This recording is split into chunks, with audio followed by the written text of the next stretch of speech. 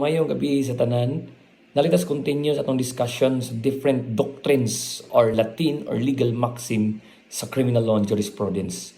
No, ang atong pag-istoryahan karon kay nang gitawag og ilki is causa, dila causa is causa dil mal causado. Meaning, he who is the cause of the cause is the cause of the evil caused.